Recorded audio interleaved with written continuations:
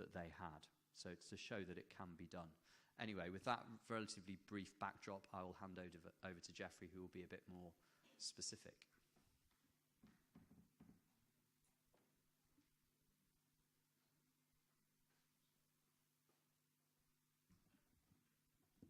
Okay, yeah. So, here we go. Yet another acronym for you in the world of acronyms. There are lots of acronyms out there, and here's a new one. School Area Road Safety Assessments and Improvements, SARSI. That's what we call our program for doing. It's a long phrase, but all it means is we identify schools where children are at high risk, elevated risk of road traffic injury, and put in exactly the solutions that we've talked about today and what Avi's talking about. Sidewalks, speed bumps, separating children from traffic, and reducing speeds. With the infrastructure, listen, you know, it's not an NGO's responsibility or role to be putting in safe infrastructure in a country. Right? The only way that can happen at a national scale in any country is when the government's bought into it. But what an NGO like Amend or UNICEF or JN Foundation can do is really get out there in the field and identify places where children are at high risk and do some demonstration projects. And then have an event to ribbon cut and launch everything and have the press come. And we're all sold on this. Like, I don't think I have to convince all of you that we should be reducing speeds around schools where kids are getting hit by cars. But what we can do is all come together at a demonstration project and have more media there and have everybody who's responsible in the government for putting infrastructure in to commit to doing more schools in this way. Because the point is that if well-meaning friends from government and some NGOs and some private sector folks can come together and do these solutions around high-risk schools, then I guarantee you the government can too. So I want to give a little example of what we do that, as we've discussed, it works. So as I showed before, the first thing is to identify the schools and how the kids are using the school areas to determine where the high-risk schools are and how children get to school and how they use the roads, having data around all of that.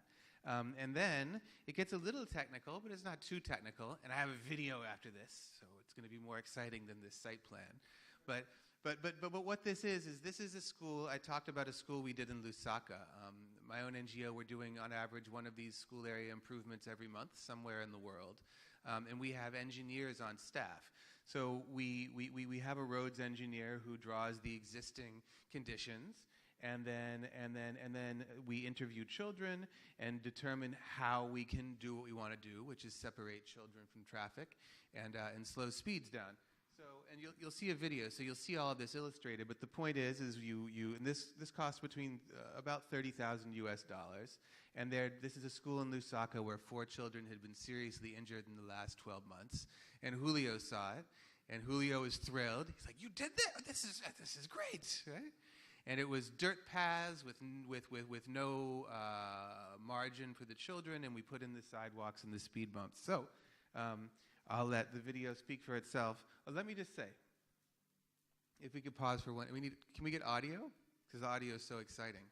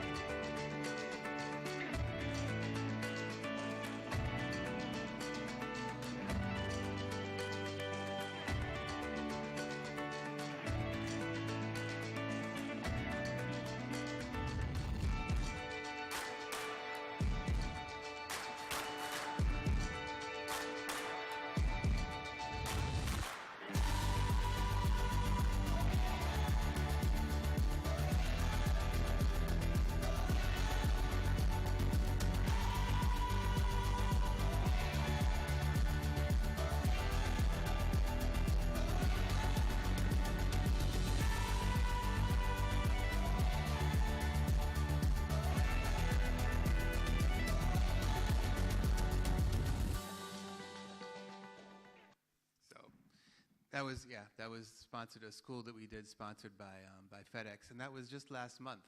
So that's 30,000 US roughly, which is nothing in the scheme of things for infrastructure. And from the beginning of the analysis to having that infrastructure in, we're talking about 2 months. So we can do it. So let's do it here. So can we do that at 2 schools? Here. I think we can. I'm getting a thumbs up from over there. All right. So that's what I want to come back here in 4 months and make that video for here, and then show that on national. Yeah, we'll do it with a more colorful crosswalk. Yeah, all right, because we're in Jamaica, so we need the color. So this is what this is. They say it's not rocket science, and it's true. It's not. It's not rocket science. This is what we're talking about: safe footpaths, safe crossings, speed humps, speed limits, road signs, and moving school gates, so that kids don't walk directly out onto busy roads.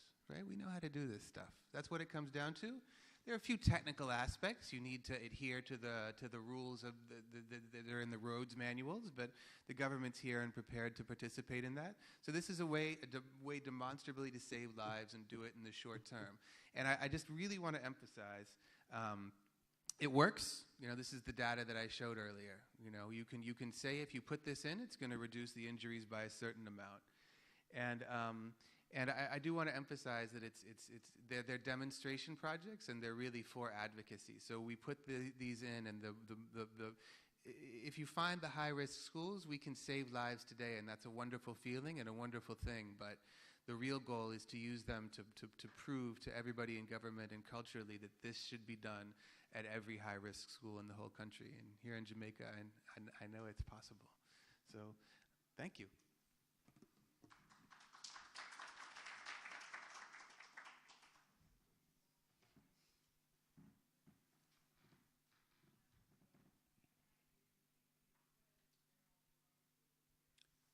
There's a Nike ad that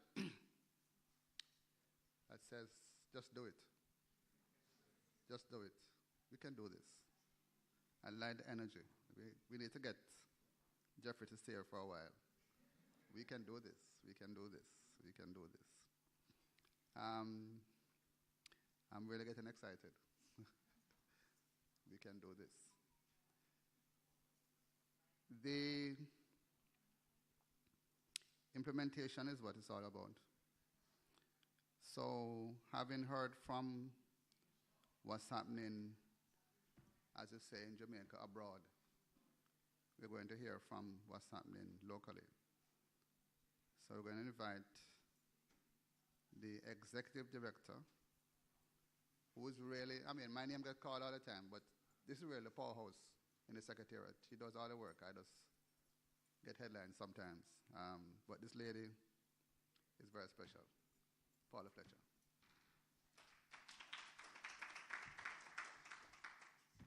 Thank you, Lucian. But I can't keep all the accolades to myself. I have Victor Anderson, my right hand, who helped very much with this presentation. And Rima, is she outside? She's the one who manages the phones. Oh, there she is.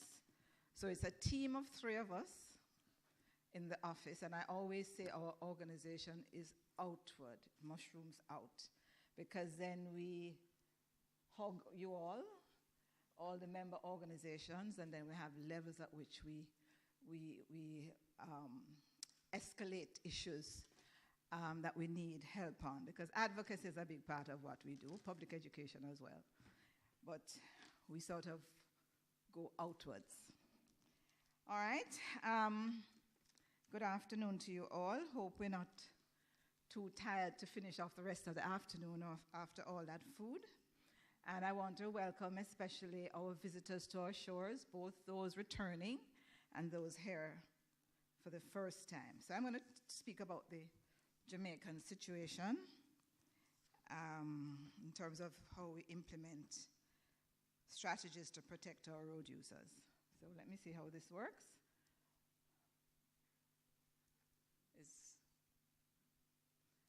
I can't read that hand signal.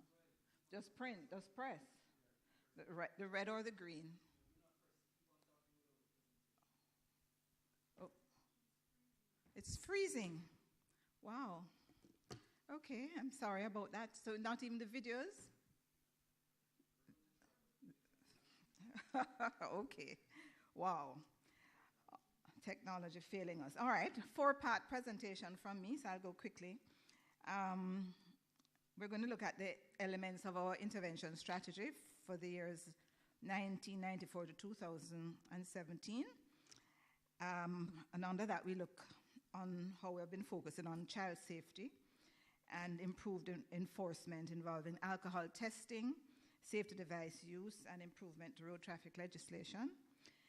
Then I look at the results, 1993 to 2016.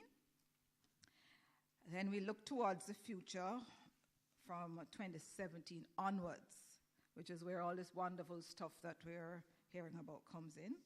And under that, we'll be looking at new road traffic legislation, road safety education, and motorcycle driver education.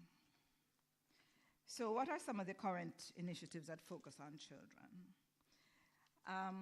And I'm going to be speaking about the initiatives of others as well who are member organizations. So the police are very active in their school visits. They actually have, it's 2 vans that you have. Mr. Cooper, it's one, just the one from JAA. Okay. So they have visited in 2016 147 schools, involving 32,923 children who have been taught about road safety. In 2017, year to date, they visited 200 schools and 36,308 children have participated so far. Sorry, I don't have the percentage of the total population to say, well, they served a quarter or a half, so that's one of the things we have to look at doing. And then the Road Safety Unit of the Ministry of Transport and Mining, they have visited for 2016-2017, 91 schools, and they have taught 36,400 children in the rudiments of road safety. Then we have private sector, the Bank of Nova Scotia, who were integrally involved in equipping school crossing wardens. So they gave them that outer garb that they wear, and also, oh, I'm back in business, and also the sign that they would use, a stop sign. So they were very instrumental in outfitting our school wardens, and also producing and circulating this Street Smart video, which you'll see.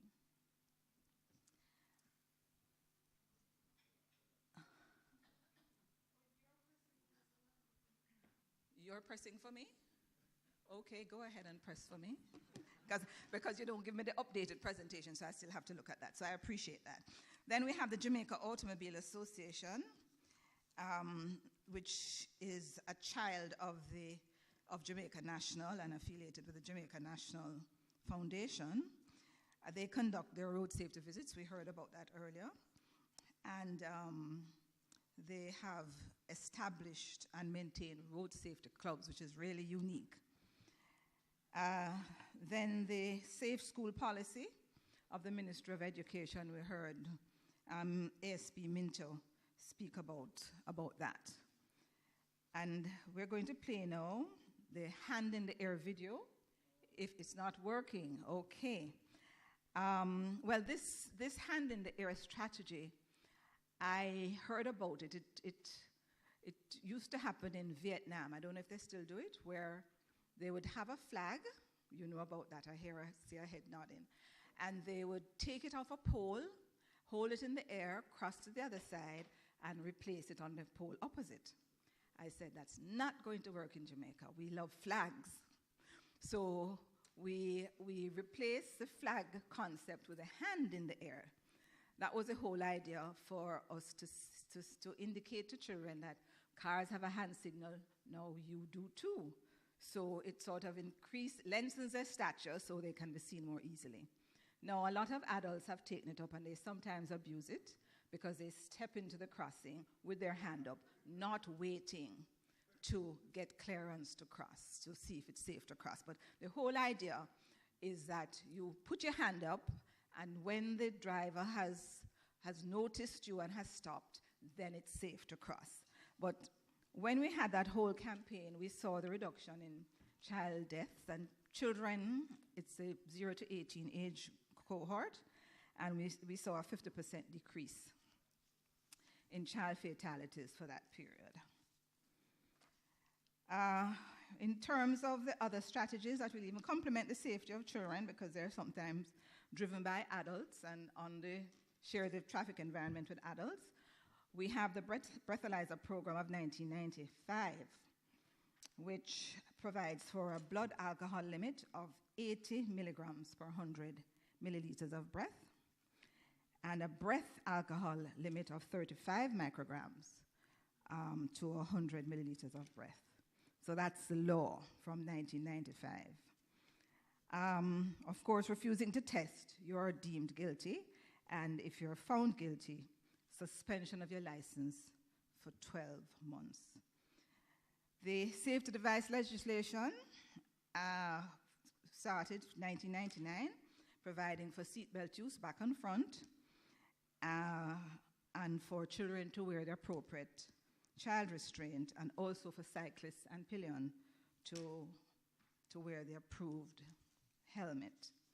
We had a little setback with the use of seatbelts in the back of vehicles because there was a lobby from the taxi groups which said it's going to be a problem for us because we take more than 3 in the back of our vehicles. Now, why were they listened to? I have no clue. Because even before the safety device law, the requirement for motor cars is 3 in the back.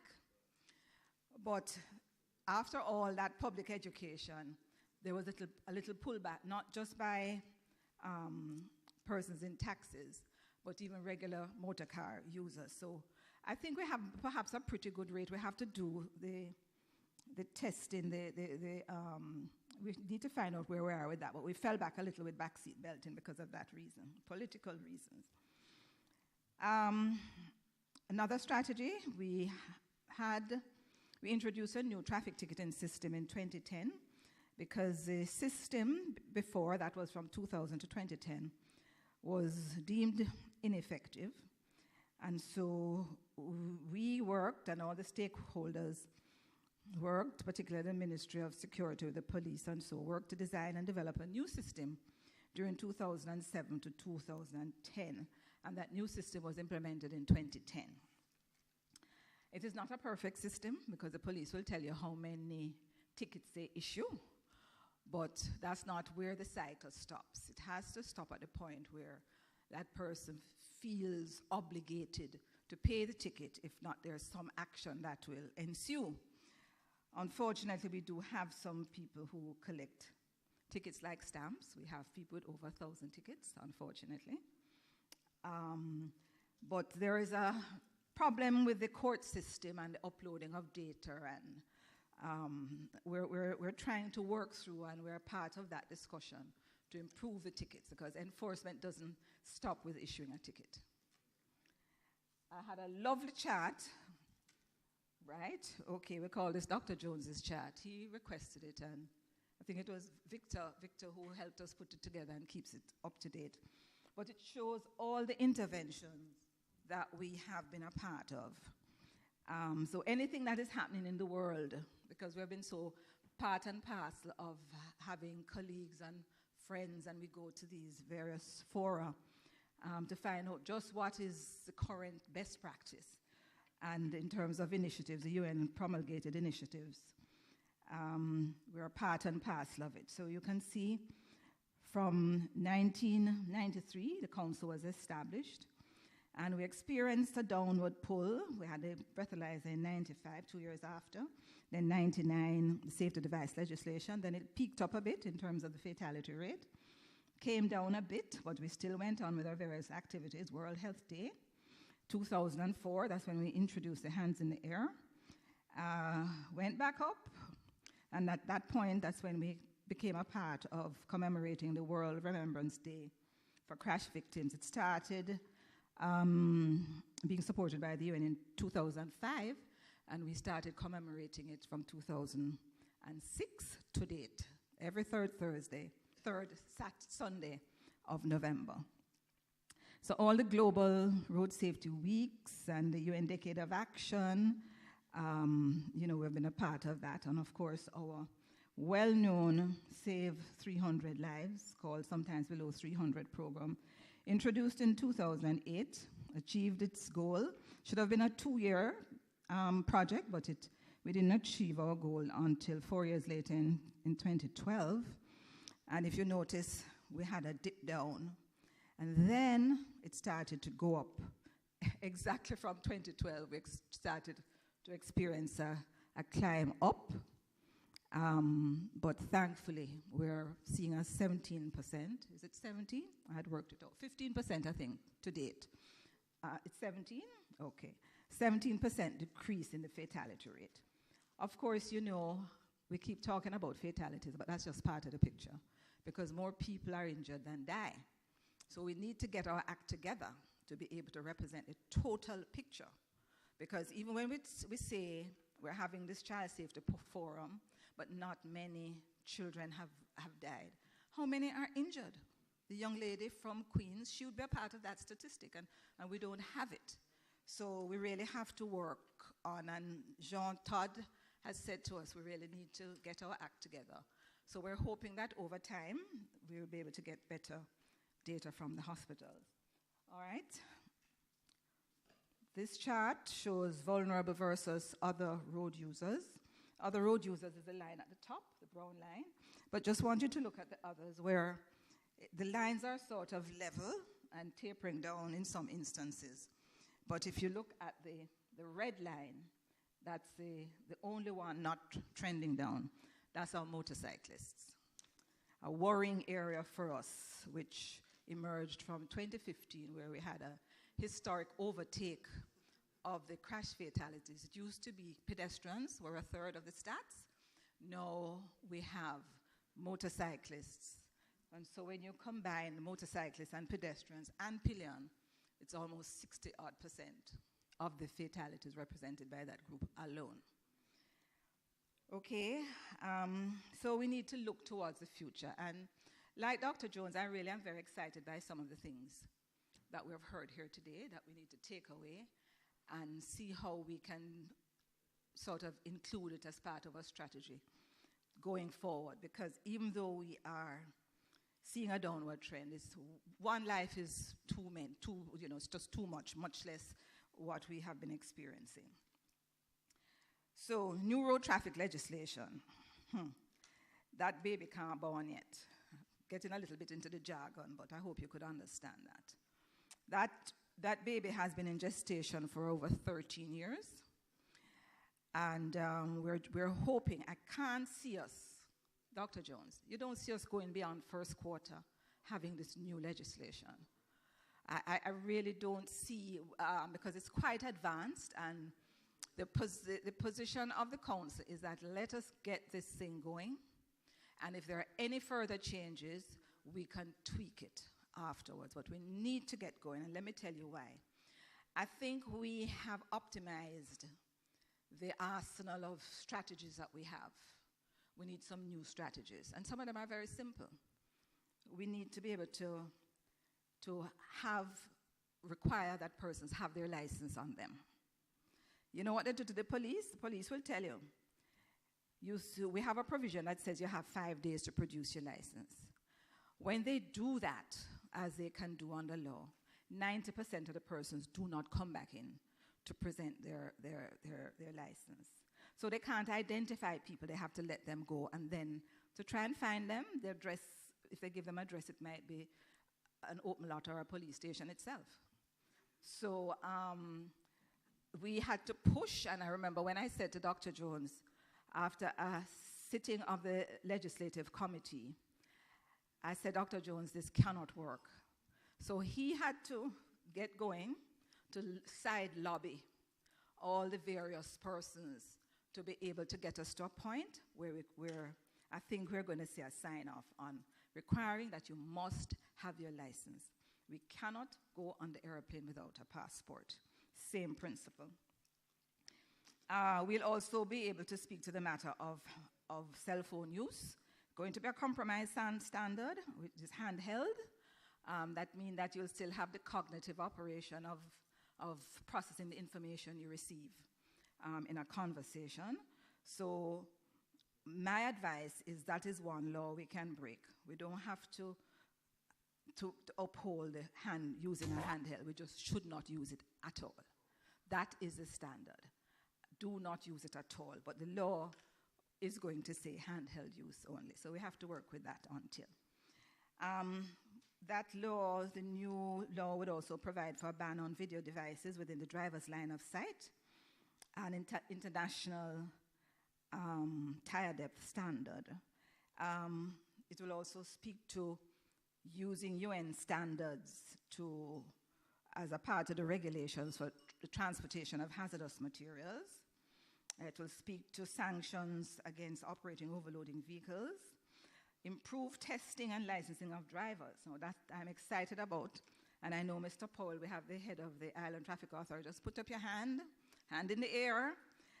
Very important gentleman and organization in the scheme of things, because he will have to oversee this whole thing of improved testing and licensing of drivers.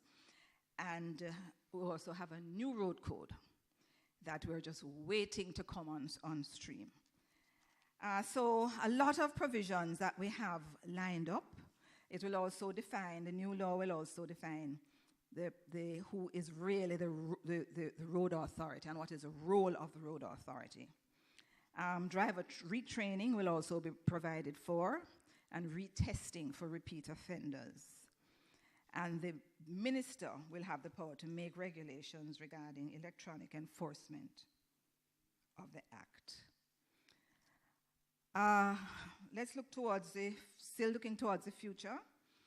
We need the road safety education to even be ramped up, because we have to work with our children so that as they become adults, we can hopefully see the peeling away of the type of misbehavior and indiscipline on our roads. So we want to inculcate proper road safety habits in our children.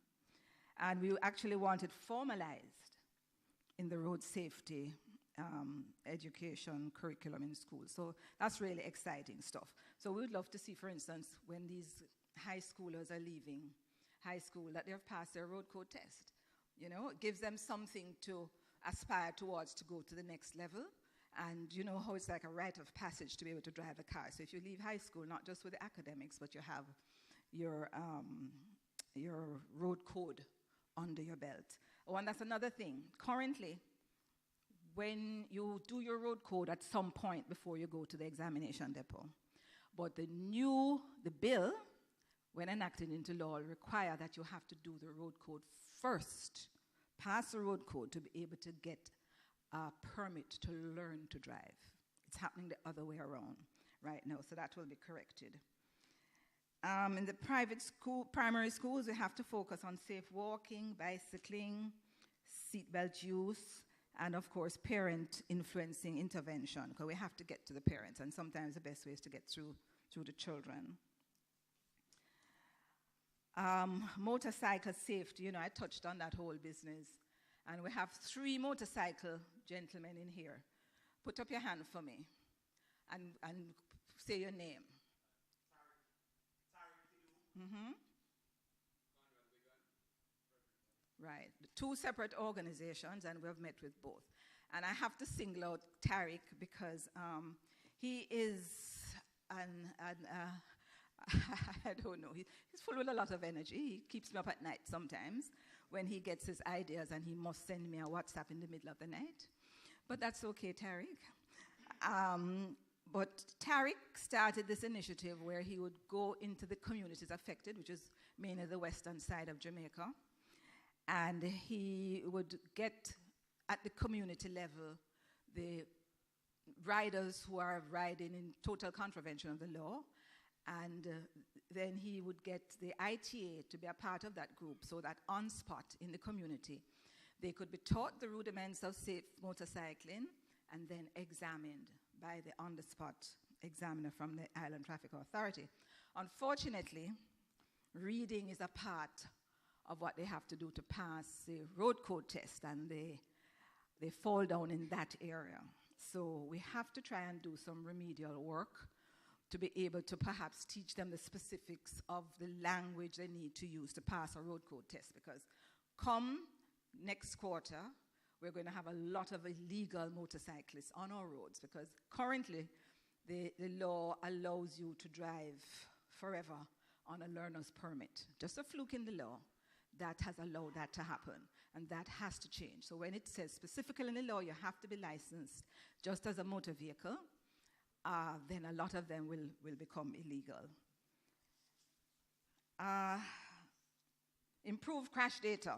We heard from Jeffrey that you have to have the imperial basis for your interventions and strategies. So we have gone a ways with the geocoding of crash and injury data, and it's mostly crash data, but we have to ramp that up as well, have information on injuries. Road Safety Institute, that's a dream of Dr. Jones, so he can't retire unless that happens. We need to take things to another level where we can have the empirical research to drive the business of road safety and the decisions and the policies and the strategies that we undertake. So to conclude, because you weren't able to see my 3 lovely videos, you have them now. So shall you play them and then I conclude? Thank you. All pedestrians crossing the road, hear this. When you're ready, put your hand up in the air. Too many of our pedestrians are dying on the road, especially our children and the elderly. Something must be done. Join the campaign to encourage pedestrians to put your hand in the air as a signal that they wish to cross the road. Drivers, stop and allow pedestrians to cross when they put their hand in the air. A message from the National Road Safety Council and the National Health Fund. Okay, so you got that from the internet. No? Okay, any other?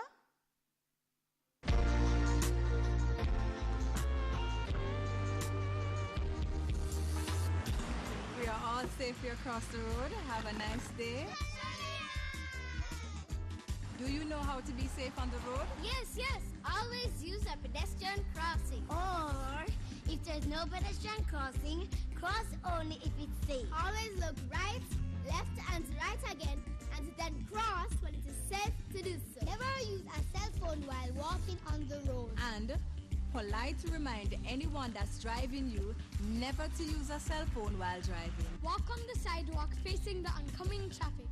And no playing, that's dangerous. Very good, you're my road safety champion. Obey the speed limits and all other rules of the road. Come on, let's treat each other with courtesy and care on the road. Our safety is our responsibility. Let's make road safety a way of life. A message from the NRSC and NHF. Okay, so you didn't meet our pocket rocket Shelly Ann this morning, but you saw her on video. That's one of the ads that we have. When I was speaking up, another one. Safe. Gonna tell about Tia. Wanna hear about Tia? Gonna tell about Tia. You wanna hear about Tia? She's got smart street smarts. She's streetwise. When she walks, she's alert. Ears and eyes. She walks on the sidewalk, day or night. If there's no sidewalk, she walks on the right. She wears light-colored clothes when she walks at night. Light-colored clothes show up better in the night. Be street smart, street safe. Just like Tia. Street smart, street safe. Be like Tia. Street smart, street safe. Just like Tia. Street smart, street safe. Children, any road you're on, you are number one. Walk, don't run, look after number one. You got to be aware, put your hand in the air, then you cross quickly when the road is clear. Look right, look left, and then you look right again. Then you cross when the road is clear. Only then, over here to over here, put your hand in the ear to be safe on the road. You got to be aware. What goes right? Yo, put up on a hand. What goes right? You are number one. What goes right? When you no see no car coming. What goes right?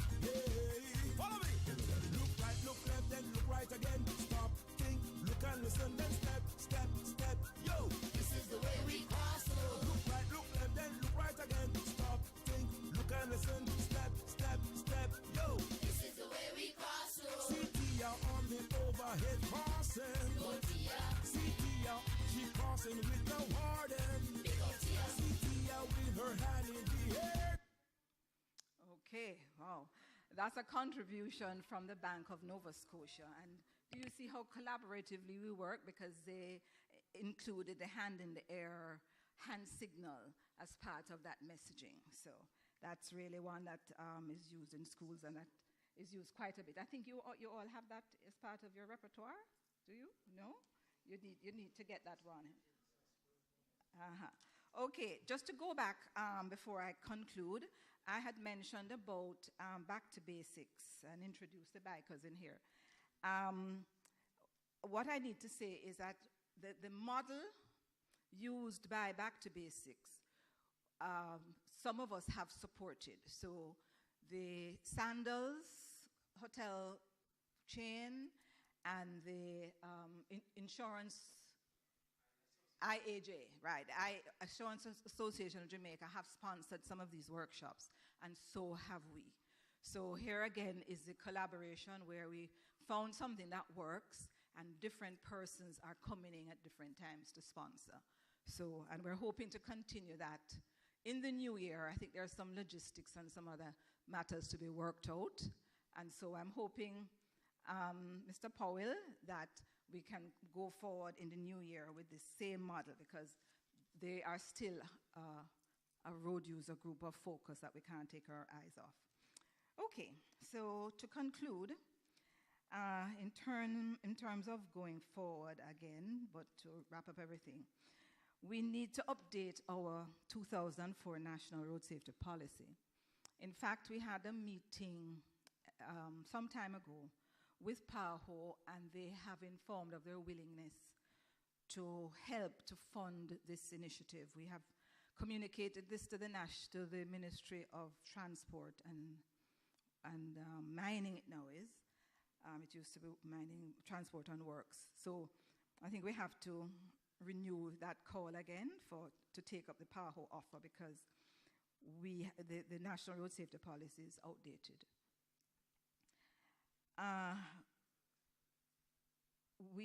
Jamaica has committed to 50% reduction in crash deaths by 2020. We heard the Prime Minister say that even on the video today, so we have a lot of work to do. We need the new road traffic legislation, like yesterday, to give us additional tools for us to use to have safety on our roads. The Slow Down campaign, Dr. Jones spoke about that. We are looking forward to working collaboratively with FIA and also Jamaica National to implement that. And we actually have an ad that we can use as part of a campaign. Is that available to be played very quickly? No, but if they get it, it will come up and I will pause. We really would like to see a total ban of cell phone when driving, but perhaps we have to use moral suasion for now to point out the hazards of driving and using the phone at all, even to dial. We look forward to the Bling campaign of UNESCO and JN Foundation. I have a question, but we can discuss that after. Those colors are not a part of the colors used by NWA, so we are in discussion, are we? With them to use those psychedelic colors. I love it, but you remain hopeful. Okay. And it will be, what's the paint that you use that doesn't wash off? Not white, not the usual paint.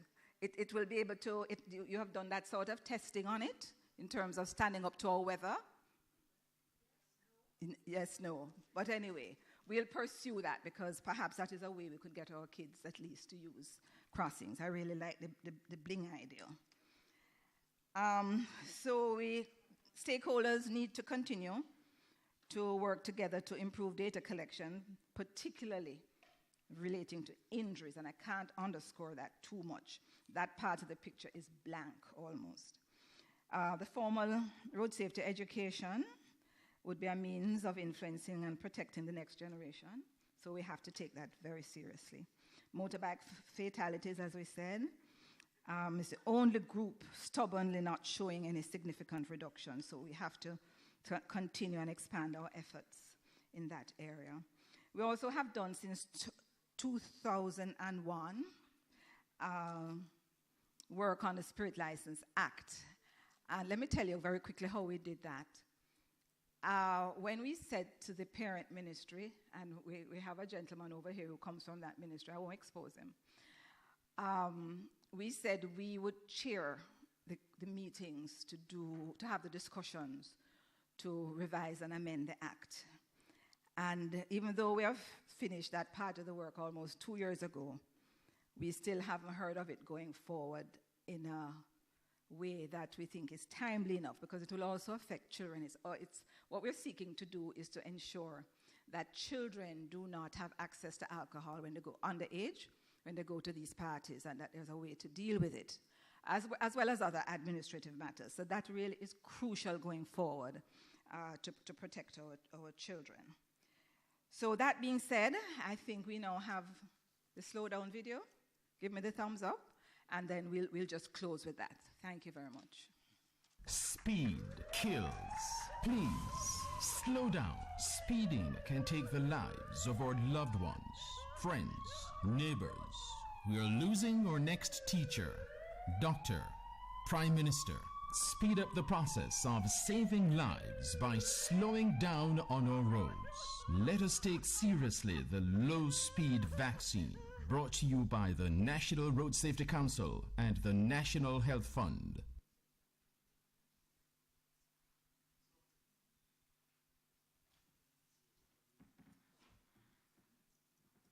Thank you very much, Paulo, assisted by Victor and Rima.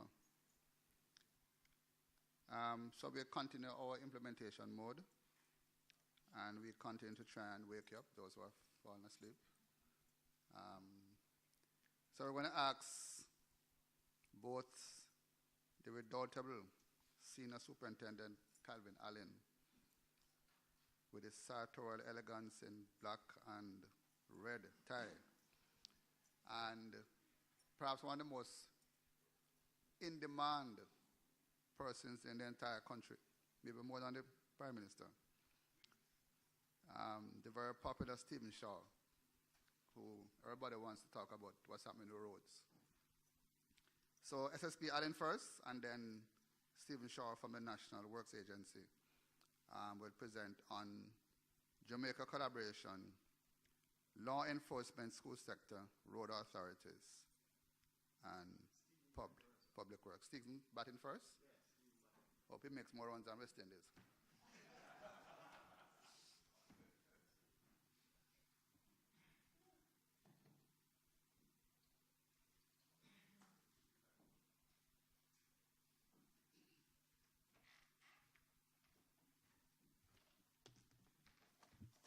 Thank you very much, Dr. Jones. Good afternoon, ladies and gentlemen. Certainly, I don't intend to be too long. As Dr. Jones hinted, there's so many things happening, including roads that remain impassable, that we're trying to have open so that Senior Soup and his team can get a break. But we're making progress. Good progress is being made. And in respect of that particular matter, Soup, I am assured that we'll have traffic moving along the Falmouth bypass before the afternoon is out. That's a good thing. Now, my short presentation, in essence, has to do with the Works Agency and some of the other entities with which we collaborate in ensuring that persons are able to go about their business and the country can be in the productive mode that we all want it to be in. But while saying that, we want to ensure that our people and our young people in particular, that they are taken care of. And so here in Jamaica, we have, insofar as our authority goes, the National Works Agency, We have the, I'm supposed to be using this to go, right? We have the municipal corporations. We have the National Road Operating and Constructing Company, NROC, and we have, of course, the Toll Authority. Our mandate at the NWA speaks to us developing safe, reliable, and quality roads. Our main business line is to ensure the efficient maintenance and rehabilitation of the main road network in order to support the transportation needs. And we are responsible for some 5,000 kilometers of roadway. And on the 5,000 kilometer of roadways, we have some 750 odd bridges. And so those form part of our responsibility as well. We are a key stakeholder in respect of the designing of our roads, the main road network, as well as those that we call our toll roads. We are involved in ensuring that designs are for optimal benefit and that we have efficient, high quality, and timely architectural, engineering, and technical works performed in respect of these roads. We also seek to ensure that we have suitable material in the construction of our roads, and in particular, the wearing surface. Now, we have had situations here where the wearing surface, the asphaltic concrete in particular, where the material mix is a combination, as most of you may know, sand, oil, stone. And the stones that we would have used, sometimes they would be limestone based. We have insisted that we move away from the limestone based asphaltic concrete, because our experience has been that the limestone based material, it polishes after a while, and that is where sometimes persons develop skids. As a matter of fact, we have indicated that there are 2 locations based on our own research that you'll find the suitable stones that are to be used in the making of asphaltic concrete. And one of the sources would be in the Swift River Valley of Portland. And so we have been saying to the material suppliers, we want to ensure that we have the most suitable material in the making of the asphaltic concrete mix. One of the other things that we do, what we seek to do, is to optimize the existing road network through improved traffic management. And so we have been using our CCTV cameras that we have installed at several intersections here in the corporate area. It is something that we don't speak a lot about because it has taken us a number of years to be at a stage now where we now have a traffic management center from where we can monitor traffic flows through several intersections. And we have made the footage available to some key partners, to include the JUTC and the police. And so for our purposes, we want to be able to monitor traffic flow, We want to be able to be in a position to count the numbers of vehicles that use these intersections, as well as to monitor just how persons use the corridors and use these intersections. Because part of the challenge that we have is that pedestrians very often don't use the intersections in the way that they ought to be used. And I heard Paula speaking to cell phone use and persons driving. I wonder how you feel, Paula, about cell phone use and persons walking, because that's a big issue. Persons walking across the road with their cell phones and not paying attention, and you have issues. So that's something. And this particular picture is of the Halfway Tree Road, South Oden Avenue. Here what we have done is that we have implemented a complete phase just for pedestrians. In other words, we stopped all traffic, all vehicular traffic, to allow pedestrians to move about in this particular intersection. And even though we have done this, you still have persons who disobey the signals and doing their own thing, which is something that we really want to discourage, and we have been discouraging. But old habits, they say, die hard, and we don't want anybody to die. That's the unfortunate thing. We also put in pedestrian push-button systems so that persons can get across some of these busy corridors in a safer way. Again, sometimes persons don't use the technology that is available to them. They rather scurry across the road. We have also put in pedestrian bridges in some areas that persons don't use. We have a couple that are used by pedestrians, which is a good thing. Construction of sidewalks. One of the things that we have sought to do, especially in our urban areas, in our built-up areas, is to ensure that we have sidewalks that can separate vehicular traffic from pedestrian traffic in a suitable way.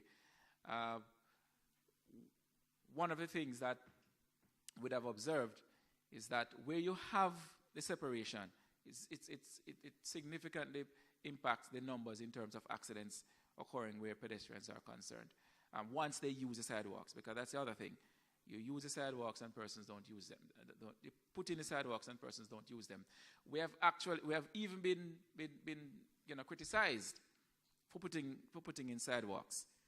I mean, I had a very hard time dealing with persons in the Papine area, the business people, who were really cussing us out, saying that we were putting in sidewalks and the sidewalks were impacting their parking and their business and so on. Oh, they are supposed to be providing for those things. So they are concerned about a truck or a taxi or a bus, whatever it is, not being able to park properly in front of their business place, and not so much the pedestrians who walk on the road or in the road when they are trying to go about their business. So that's something that we have had to contend with. One community that I will not call, which is Uptown, part of the Golden Triangle, we're putting in sidewalks, and the residents called me and they carried on that we're wasting government's money. Problem is, many of those persons, they don't walk. But the persons who work for them, they walk to their homes to carry out the duties that they perform. A fact of life. We also erect crash barriers in a bid to reduce deaths. And in this case, in the most recent, in terms of where the technology is going, we installed cable barriers along the Palisados Road. And these have worked to good effect. I know persons see me from time to time and they say that, boy, these things, so many of them have been knocked over. Not really the barriers are still in place, but the poles have been damaged, some of them, but they work. And if you see, what I try to say to persons is that where you see the poles being damaged, it means, and the cable barriers are still there, it means the system has worked. Because you would not have had any fatality in the area. The barriers worked the way that we had envisage them working. That's one of the, this bridge at Woolmer's Girls, we actually repaired it recently. It was significantly damaged. And again, we got criticized for spending $8 million to repair a bridge for pedestrian traffic. But if one child were to be crossing this busy Morisco Road on any given day, and there was an accident, albeit, God forbid, fatal, $8 million is really pale in comparison to a life. Again, this is the sidewalk that we did in the vicinity of the University Hospital. Much work still to be done. You'll notice in this picture, what do you notice? Light post in the middle of the sidewalk. It's part of the challenge that we have. And we have been in discussions with the JPSCO as to how we deal with some of these things. And it goes to a bigger issue, which is about rights of way management, right? And that is something that, from a policy level, government will have to address. And the final pick I'm showing you is that of a cable barrier that we have along, similar to that which we have along the Palisados Road. And we intend to have more of these types of interventions on corridors around the island as we seek to make our roads safer and more reliable as we contribute to nation building. I thank you.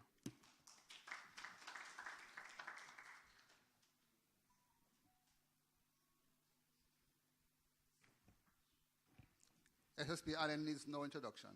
He's the head of the Traffic Police Department and a very senior member of the police force, and one who has been at the forefront, if not in the vanguard, of the struggle to reduce road fatalities. SSP Allen. Thank you, Dr. Jones. Good afternoon, all. So the JCF Traffic Division, whilst you have listened to all the other presentations in terms of persons at the policy level and the implementation level, we are at the enforcement aspect of it. And so our stewardship is now called for us to account as to what has it been since we started in 2016. The JCF Traffic Division operates under the umbrella of the 3 E's, which is enforcement, education, and engineering. And so my presentation is so geared in this regard. That is how it is structured. We're going to be looking at some enforcement activities. We're going to be looking at what we have done for 2017 in terms of our education program. And we're going to also touch on engineering. So we start first with our enforcement activities. And go back to that slide, because from time to time, these sections, section 19, 20, and 21, from time to time, motorists will question the police as to where do we get our authority in terms of the enforcement of the law.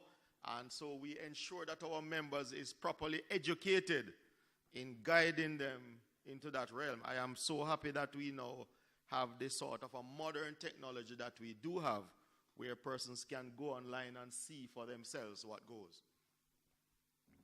And so here are some picks. And before I move from this one, let me write off the bat before I go further. Mention Superintendent Courtney Cobre. He is the head of the operations of the Traffic Division island-wide. And beside him is Deputy Superintendent John Knight. He heads the administrative area. In fact, a lot of what you have seen of Calvin Allen is really Courtney Cobre you're seeing. Right? But he has been that sort of an individual, an energetic individual who is very passionate about his job. So here we are looking at a few pics. You are seeing down at the bottom there, that is in Westmoreland. That is in Westmoreland, where we have had most of our fatal collision. And that is just one of the, if I should use it, yard. That, yes, this is just one. And here is Sir Tariq Kedu, who have gone there and seen it for himself, saying that this is only a small one. And this represents motorcycles that we have seized. Right? Motorcycles that we have seized. But the irony about all of it is that, and it grabbed me the first time I saw it, was having seized some of these motorcycles. Tomorrow morning, you're seeing an individual driving another one, and you say, isn't that the person we seized from? They just go and they buy another one. Not licensed, not registered, and they're out there. But we remain fervent towards what we do in that regard. Here you're seeing the policeman with that yellow car. What he's really doing is assisting the Island Traffic Authority examiner in removal of a license plate from a motor vehicle that has been found to be defective. So we show you some pics, and here are some statistics. We're not going to be getting into everything in detail, but I just want, especially for the team from the United Nations and the other critical stakeholders, to know as to what have we been doing. What have we been doing from an enforcement perspective on our roads across the island? And here you're seeing, for 2017, you're seeing how many thousand vehicles we would have checked, and the comparative years are there. And so you realize 2017, we are up in terms of vehicle checks, number of persons searched, the number of stolen vehicles that we have recovered, and we go way beyond just looking at documents. And so here you are seeing 11 firearms seized, or let me say recovered. So out of our traffic enforcement checks, we have held several wanted persons. In fact, in one instance, one fellow was wanted for over 11 murders across 5 policing divisions. So we have seized several illegal weapons, offensive weapons, drugs, and ammunition. Enforcement activities continue, and this one in yellow speaks to the number of traffic tickets that we have issued since the start of the year. And here you are seeing basically 18 to 19% increase. This figure is not necessarily correct. It is 405,000 at this point in terms of this time in 2016. What you're seeing there is the entire figure for 2016 of 446. But this is where we are up to a few days ago, up to the 9th of December. We have prosecuted some 479,000 breaches. I know some of you are aware of the amnesty that the government has declared. That in itself is a totally different area of discussion. You have seen also, we are out of our activities. Several arrests have been made, and we are not only out there and being draconian in our activities. So we thought it is important to include this little man here, motorist assisted, because there are several motorists that have broken down at different levels across the island, and we would have ensured that they get the requisite assistance. In fact, one of our friends in the media has a pic of one of our policemen in uniform assisting an elderly gentleman to change a tire. Breath test. I owe Mrs. Fletcher some results, and I'm going to ensure, Reed, that Mrs. Fletcher gets a result as it relates to breath tests conducted. And this is what we have done since the start of the year. Over 5,500 breath tests has been conducted. In terms of those positive, not necessarily many that have been positive, but I'll give you the assurance that those 12 that are positive, those matters are currently in the court, and we have had situations where persons have been fined, persons have been serving time for some of these breaches. And the sentencing fluctuates depending on the nature and gravity of the collision that took place, especially where a life might have been lost.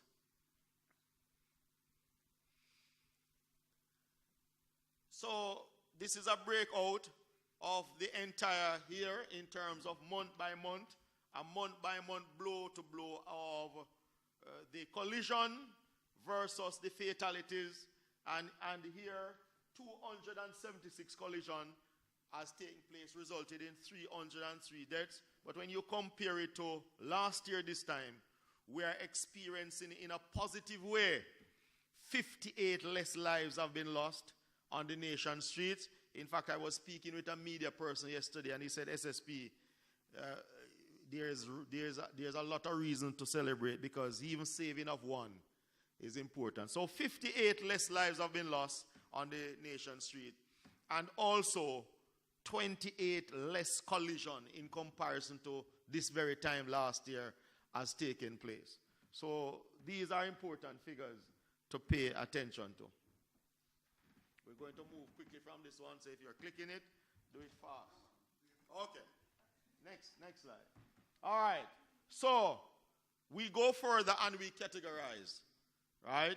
The category of persons that have been killed that have amounted to the 303.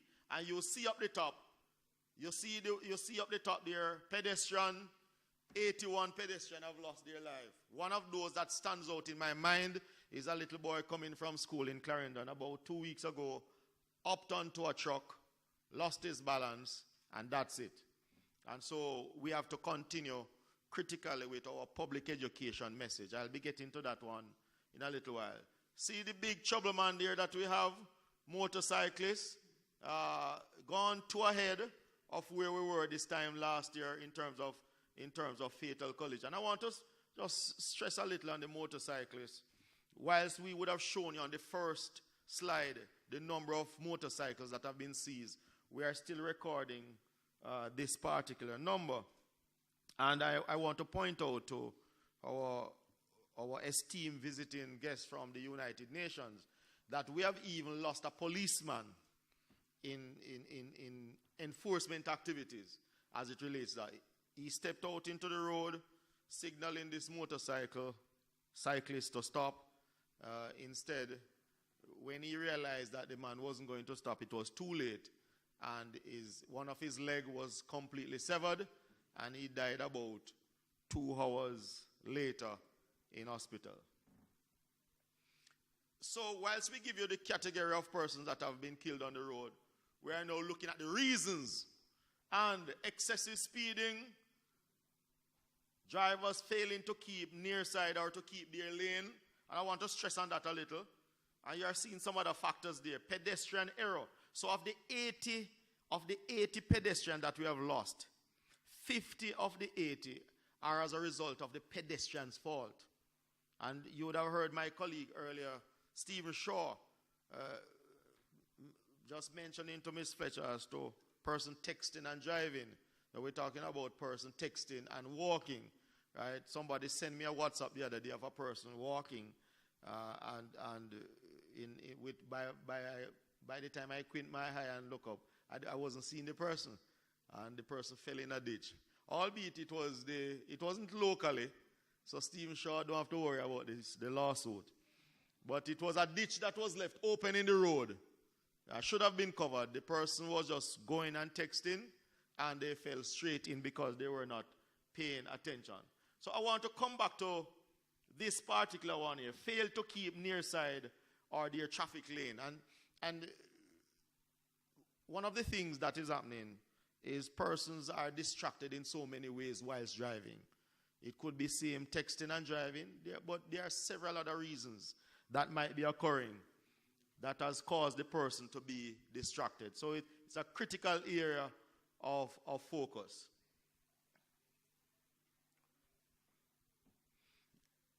Go back to that slide here, right? So we're talking about this is a continuation of that slide in terms of the category of persons that have been killed versus the 2 previous years.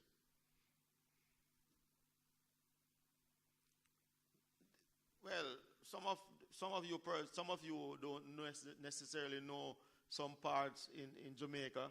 But as it relates, we have now zeroed in on, this slide zeroing on children that have died on the nations. And by the way, in a positive way, in a very positive way, we have lost less children on the nation road this year in comparison to last year.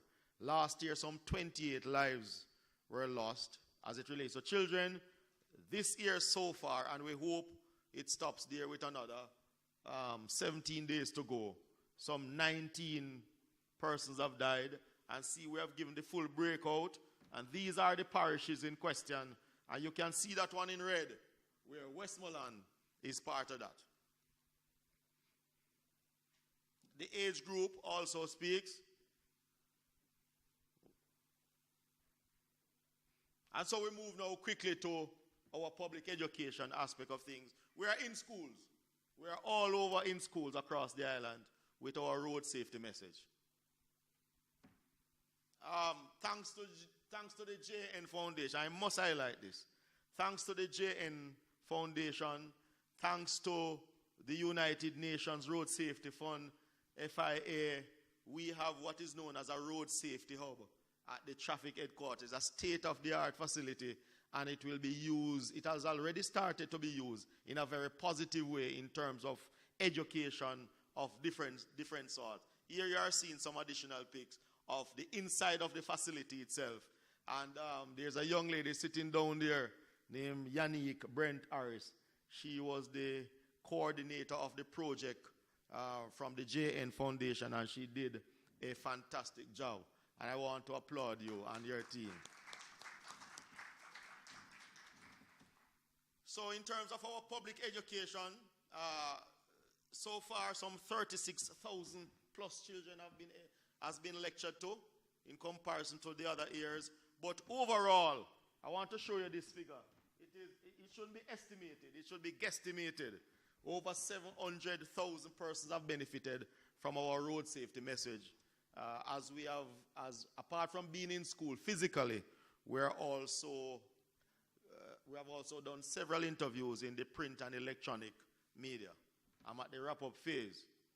Right. From an engineering perspective, this is the final E. And this one I want to point you to, that out of our efforts and observation on the road, we were able to lobby and make representation to the National Works Agency. And so a critical traffic light has now been installed on Municipal Boulevard in Portmore, St. Catherine, where persons can move about in terms of their traffic business with greater flow. That basically concludes what we have been doing as a traffic division for 2017. Thank you.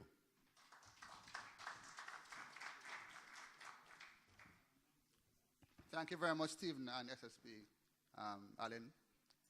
Jeffrey is outside for a minute. Just want to say to Jeffrey, if you need to do anything in this country, you have to talk to Stephen first.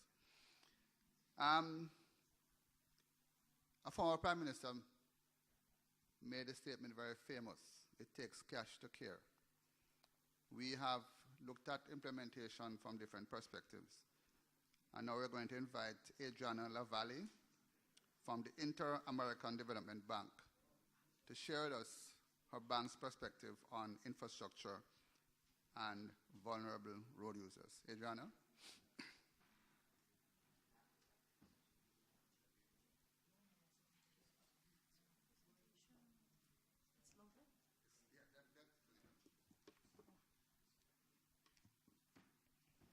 Okay, Dr. Jones. Good afternoon. First of all, thank you for the invitation. I'm very happy and pleased to be here. I would like to start with an introduction of what the IDB is. I'm sure the majority would know who we are, what we do, but I would like to put things into context. To say that the IDB has been contributing to improving road safety in the region, not just Jamaica, in Latin America, as well, by accompanying governments on improving capacity to implement road safety policies and infrastructure. We as well are committed to improve the safety of all the vehicles sold in the region to reduce the severity and mortality rate of road crashes. We talked about motorcycles, and we also care about the type of vehicles that are sold in the region. In Jamaica, too low? Thank you. In Jamaica, the last time IDV had a target intervention was back in 2009, where we approved a loan to improve road safety and accessibility. And one of the objectives was to reduce traffic-related deaths and injuries, as well as to cut transportation costs. Those days, back in 2001, between 2001 and 2008, there were 98,000 crashes reported and almost 3,000 fatalities. Back in 2005, when we were preparing this loan, the estimated cost of road accidents at the national economy were estimated at $100 million those days. Fast forwarding, what did we learn and what we achieved with that loan? That program resulted in 200 kilometers of road markings. We improved 200 pedestrian crossings and covered around 2,000 warning and direction signs, as well as critical spot elimination program. Thinking about traffic congestions and safety, we're thinking about tackling it from all different ways. For example, we have an energy loan that even though it's energy, it has a big component of synchronizing through technology traffic lights to minimize congestion and allow better traffic flow. And of course, I will not mention the impact that the needs will have in enforcing those traffic tickets. So I guess we can go to slide 2, please. Oh, thank you. Talking about traffic, the public perception is that road safety is not a risk, it's not an issue. And you see it every day when you drive in the streets with the reckless driving that we face every day. I was talking that coming here, I saw this gentleman trying to park, and why not, instead of going through a road, he went against the traffic flow and drove through the sidewalk to get to his parking lot. Why not, right? So we need to, it's also awareness. So clearly, drivers don't see a car accident as a real risk. Drivers are more concerned about other types of risks, but driving, when you're behind a driver's seat, it seems like you're immune and nothing would happen. So that's why motor vehicles injuries is one of the top 10 public health problems. And on top of that enormous human cost, road crashes are estimated to have an economic impact between 2 and 4% of our region's GDP. So the impact is huge. Next, please. We already spoke about, let me bring to the region, Latin America. In Latin America, the rate of deaths it's 19.2 for every 100,000 inhabitants. In Jamaica, that rate is increasing, again, from the low we saw in 2012. And the main cause of death in car crashes are the main cause of death of children between 5 and 14 years in the region. And the second cause of death in young people between 15 and 24 years. 52% of the total traffic deaths in the region correspond to vulnerable road users, pedestrians, cyclists, and motorcyclists. Children in Jamaica account for 7% of the road fatalities, when the regional average is 7.6. So, of course, these numbers demonstrate the importance of really paying attention to the situation. Please, slide 4, please. I'm here to talk about safe road infrastructure. And what is this? Safe road infrastructure is composed of elements that reduce the amount and severity of possible traffic accidents. We already spoke about specific targeted interventions that have been organized by NGOs and the government. But it's important also to build the capacity to assess the road infrastructure that is needed, as well as the potential risks of traffic accidents, and to identify the solutions for the different users. We saw a very good example earlier of a specific use for schools, and that has to be expanded to all the other users. Our bank has invested in projects throughout the region to include road safety intervention for nearly $280 million. So it takes, as you said, it takes money to make things happen. Please, the next one. But beyond the resources, it's important that we increase the capacity and to work in a comprehensive, collective way. What are we doing about that? IDB is creating a toolkit. We're developing the guidance of a toolkit for implementing the safe school routes in municipalities in Latin America. This initiative now proposes to support governments across the region to create a network of safe routes to get kids to schools by walking in a safer way. This is not only contributes to improving the health of children, they're exercising more, but also helps in the development of their autonomy and also contributes to environmental sustainability. What do I mean? What do I mean with that? That by reducing the number of cars circulating at least a part of journeys and allows children to familiarize themselves with streets in a safe and educational way. You can see a picture here of what we're envisioning. The next, please. The bank is also working with other stakeholders towards a safe system approach to road safety. I'm not going to go into detail because we've seen a lot of the components and the different interventions, but basically what we try to do is to first prioritize vulnerable people. We already identified who they are, the road users, because they're the most exposed, the ones that are more in danger. Second, we emphasize on the responsibility of the system designers, so that goes to the government's attention. When you're designing, you have to see it as a system in a comprehensive way, not in a segmented way, manner. We've seen in practice, we've seen it in the bank as well. That happens, it's a reality, but we need to integrate it more. And we need to designate safe spaces for walking and cycling. It's very shocking to hear how people can complain about the creation of sidewalks when it's all about safety, but we need to create the awareness that this is the right thing to do. And also to focus more on land planning and usage to provide the mixed use so that we promote development as well and efficient use of public transportation. That's another discussion that merits discussion. The next, please. Effective measures that we've seen to improve road safety have been varied, and we have several examples in other countries, one being Vision Zero, where you have zero tolerance for non-enforcing road safety. And I was shocked to hear that Jamaica didn't have yet a no text and drive law. So I'm glad on the efforts of what you're doing. So I will support you on that one too. And also we realize that we need more data on distracting driving and aggressive driving. Okay.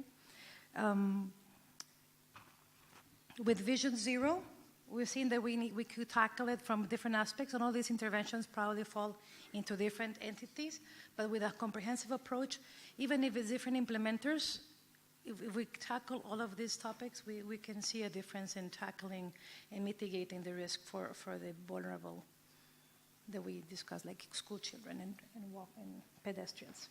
So first, seatbelt use, automated speed enforcement, road lighting, pedestrian segregation, drinking and driving legislation, enforcement, as we discussed, is not about the legislation, but the enforcement itself. And of course, having access to the data to make decision and policy making going forward. I think that's it for me. And of course, we're looking forward on using the toolkit to integrate it in your policy going forward and across the board. Okay. Well, thank you.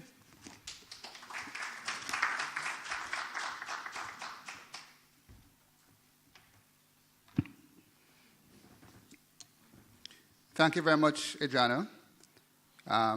It's good to hear a perspective from a development bank. And as we know, road safety is no longer just a matter of grief and pain and trials in a nation, but it's now a developmental issue. That's how it's been framed across the world. And therefore, we spoke about the Sustainable Development Goals, and road safety has been inserted into 2 of those goals. And many people have worked very hard over the years transitioning from Millennium Development Goals to Sustainable Development Goals. And most countries across the world are buying into the SDGs. And the key thing about this is where the money is.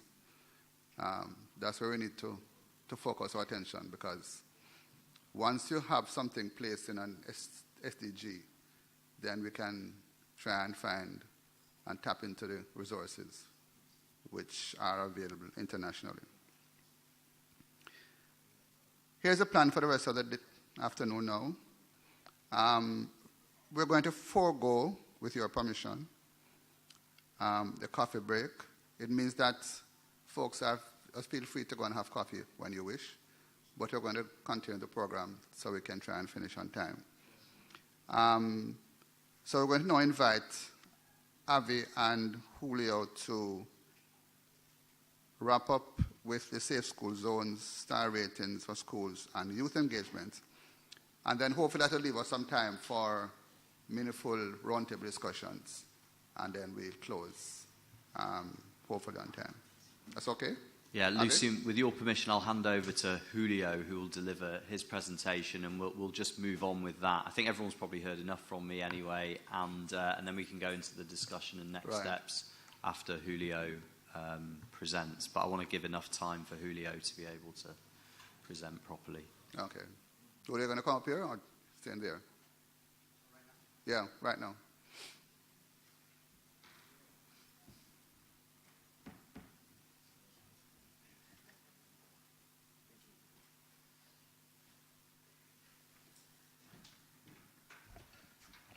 All right, so in my previous presentation today in the morning, I showed how the application in the tablet and in the smartphone can collect the data. So now I am going to show and explain an example of the work that we have been doing in different countries.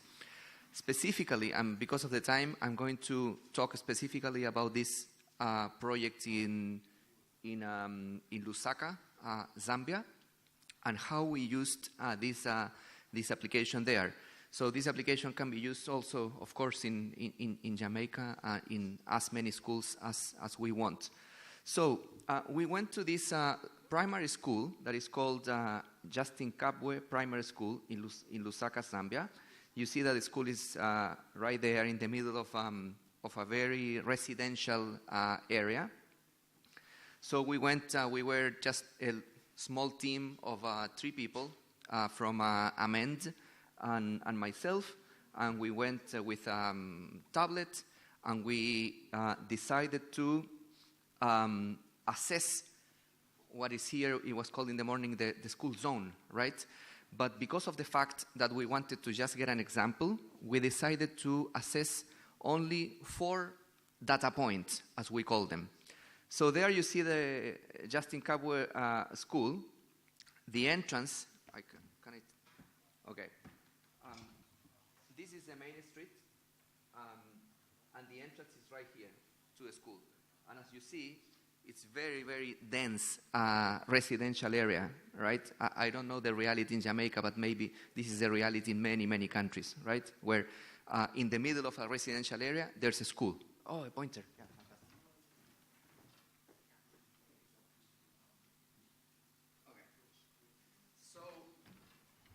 As I said before, this is the reality, right? You have a very, very dense residential area, one entrance, and the school here. So in order to get an example, we decided to assess this intersection as the first data point, then the entrance itself of the school. The third one, we called it the south intersection, which is in reality, it looks like an intersection, but it's a curve. It's a very, very close curve. And also, we decided to assess this 4th data point. You can assess as many points as you want. If you want 10, 20, 30, it's according to the plan that you have for the specific school. So, as Jeffrey showed in the morning, the situation before of the entrance was like this, with You know, no delineation, no pedestrian path, nothing, and then the situation was completely different. The same thing here, you see the pedestrian, and here the entrance. So many improvements and implementations were carried out there. They took place. So for example, in the data point number 1, the situation before was a school on the left side, residential on the right side, in an urban area. After, it was exactly the same situation. But before, there was vehicle parking at the data point number 1, and then, after the implementation, no vehicle parking. Before, no school zone warning. After, there was a school zone warning. Before, no sidewalk on the left and right, and then there was a sidewalk between 1 and 3 meters, and the other one between 0 and 1 meter. Pedestrian fencing was not present at all. After the implementation, there was a pedestrian fencing. And this is very important. The speed limit in that particular point was 50 kilometers per hour, which was before and after, because they didn't change the speed limit. But the operating speed before was 60 kilometers per hour, more than the speed limit. And after the intervention, it was 40, because there was speed bumps and speed management that took place. So with the software, we ran the software with the application, and the result was a 2-star before the implementation. And after the implementation, it was 5-star.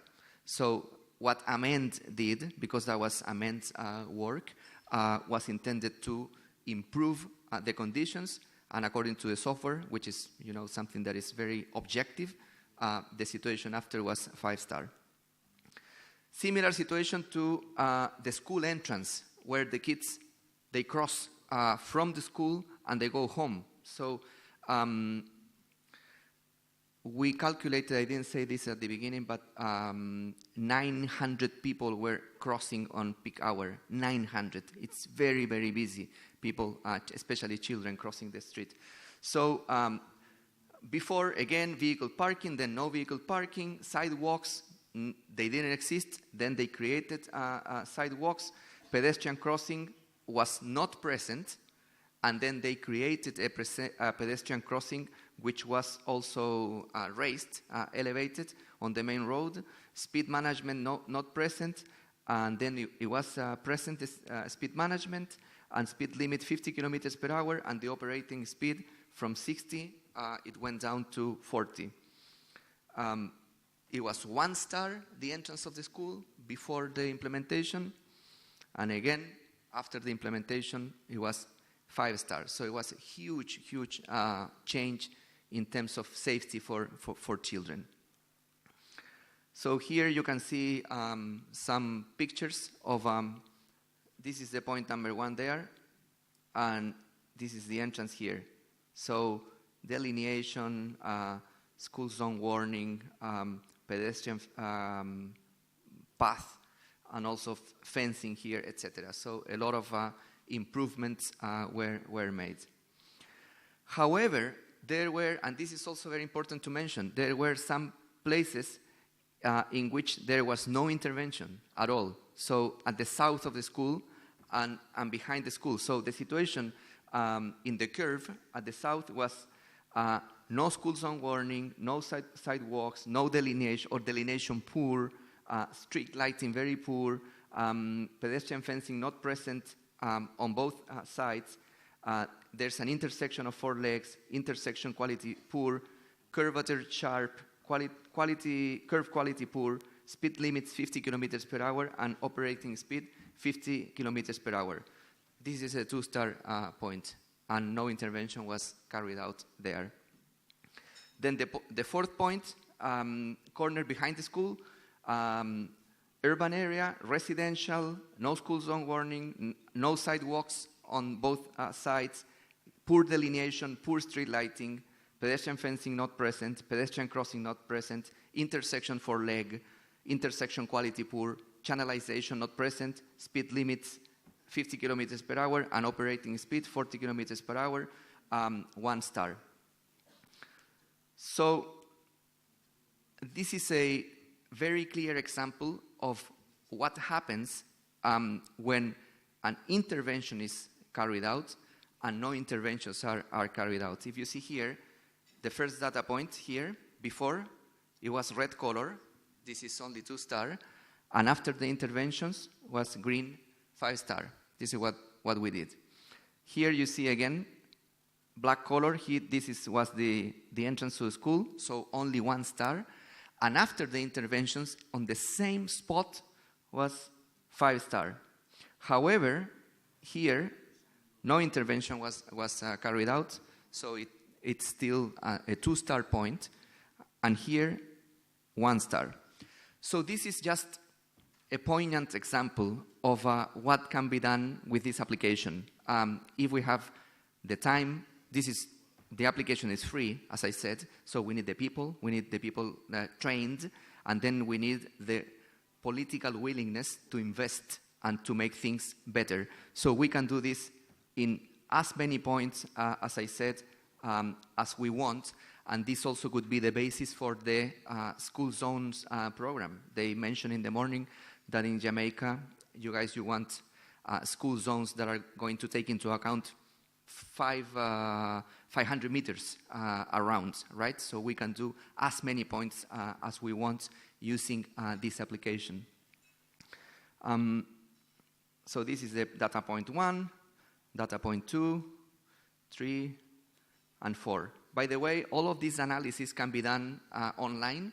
So you work with the tablet, but then this data is uploaded into a website, and the website looks like this. So here, it's my name because I was a data user, but we can create users to as many people as you want, and you are going to see something like this in the website. I wanted to put these pictures because children were very happy with the results. Okay, so far, and I'm wrapping up with this last slides.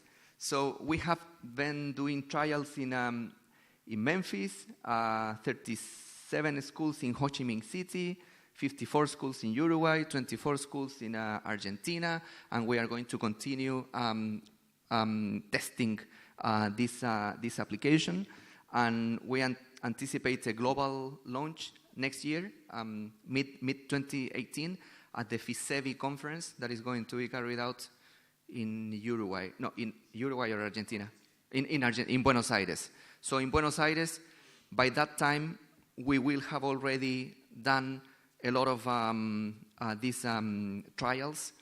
So we are going to launch this application for several partners. So now we are working with partners with this application. I was explaining to, what's your name, our colleague there? Yes, yeah. Monica. Yeah. Onika. Okay, so I was explaining to her that we do this via partners because it's impossible for IRAP to manage.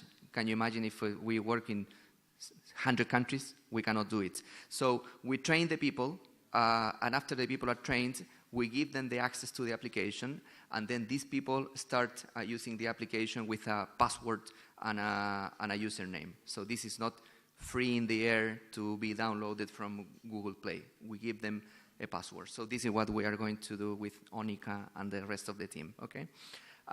So now we are working with AIP Foundation, Amend, which are our main partners, especially in Africa, and I hope here in Jamaica. Of course, the FIA, Global Road Safety Partnership, a foundation in Montevideo, which Lucien and I know very well. By the way, we know each other with Lucien more than 10 years. So we know very well the Gonzalo Rodriguez Foundation in Uruguay. They are our partners. The Global Alliance of NGOs for Road Safety as well are our partners. Safe Kids, yours, and WRI. So these are what we call the power users of this new tool. Oh, how can I go back? Yeah. So another thing, finally, If you want to write, my email address is there, julio.urzua@irap.org. And also you can register yourself in schools.irap.org. And we have created a monthly, how do you call it, like a journal, like a magazine, right? Newsletter, a newsletter that we send every month. So you can register, and you are going to be updated every month.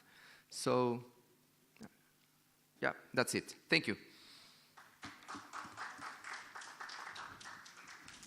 Thank you very much, Julio. I think the plan now is to go into a final roundup of a discussion, and then to look to see if we can at least start pointing the way